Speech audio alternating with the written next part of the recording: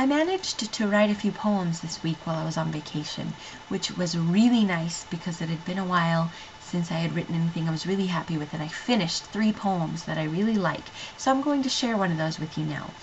And in this poem, I do something a little different that I haven't really done before, in that I actually quote a few lines and segments from one of my favorite poems, because the theme kind of has to do with it, and then I kind of put my own spin on it. So I thought I would explain a little of that and quote a passage from the original poem that I borrow from a little bit before I read you mine. And the poem I borrowed from is Eloisa to Abelard by Alexander Pope. It's a very beautiful poem that helped me through a breakup, as well as some other things I was going through. And the main theme of the poem is a combination of dealing with the pain of losing a loved one as well as regret.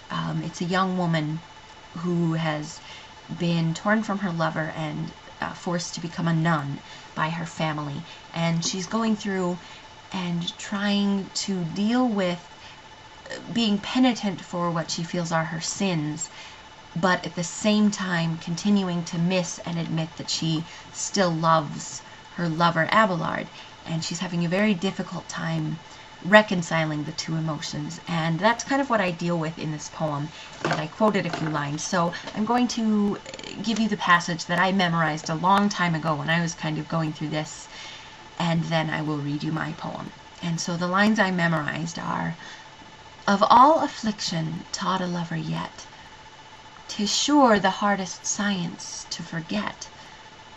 How shall I lose the sin, yet keep the sense, and love the offender, yet detest the offense? How the dear object from the crime remove, or how distinguish penitence from love?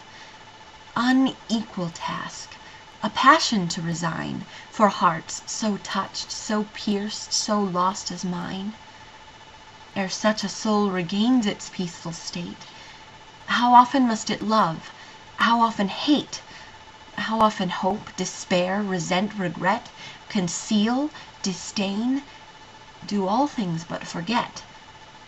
And I used some of those lines then in the piece that I'm about to read you, so I suppose you'll recognize some of them. Let me know what you think of if I managed to twist it enough. And so here's the poem that I wrote.